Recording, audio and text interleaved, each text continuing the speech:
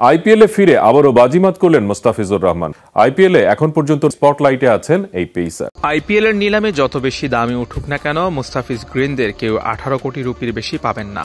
মূলত নতুন এই নিয়ম করে খেলোয়াড়দের দামে লাগাম টানতে চাইছে বিসিবি। যদি মহানিলামে সর্বোচ্চ মূল্য 20 কোটি টাকা ওঠে, তাহলেও সীমা রাখা হবে 18 কোটি টাকা। যদি বেশি টাকা ওঠে, সেটা খরচ হবে অন্য খাতে। আন্তর্জাতিক ক্রিকেটারদেরকে নিয়ে উত্তাপ বাড়তে শুরু করেছে আসন্ন আইপিএল মিনি নিলামকে ঘিরে।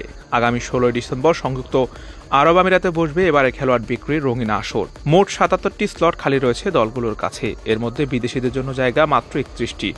এবারও বিদেশি তারকাদের ঘিরে নিলাম টেবিলে বিড ঝড় উঠবে বলে ধারণা করা হচ্ছে। দল গোছানোর কাজ যখন শেষের দিকে, তখন অকশনার ডাকলেন একজন বিদেশির নাম, যার বেস প্রাইস 2 কোটি রুপি। নামের পাশে ভাসছে বাংলাদেশের ফ্ল্যাগ। অমনি আইপিএল এর দল মালিকেরা চুপ হয়ে গেলেন, যেন এই প্লেয়ারটির নাম যত দ্রুত পাস হয় ততই ভালো। এত দাম দিয়ে এই সময় বাঙালি বোলার কে কিনবে? আইপিএল এর গেল অকশনে মুস্তাফিজকে নিয়ে খানিকটা এমন দৃশ্যেরই মঞ্চায়ন হয়েছিল।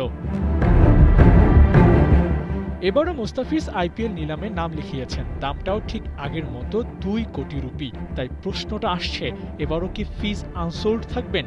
সেই প্রশ্নের উত্তরটা অবশ্য নির্ভর করছে কাটার মাস্টারের নাম কখন ডাকা হচ্ছে তার উপর। যদি শুরুতে না এসে গেলবারের মতো শেষের দিকে আসে, তাহলে একই ঘটনা ঘটতে পারে এবারও। কারণটা পুরনো, 2 কোটি রুপি ভিত্তিমূল্য। নিলামের শেষ দিকে যত কমে প্লেয়ার কেনা যায় সেই চিন্তাই করে দল মালিকেরা, আর সেখানে ফিজের বেস প্রাইজই আসে 2 কোটি।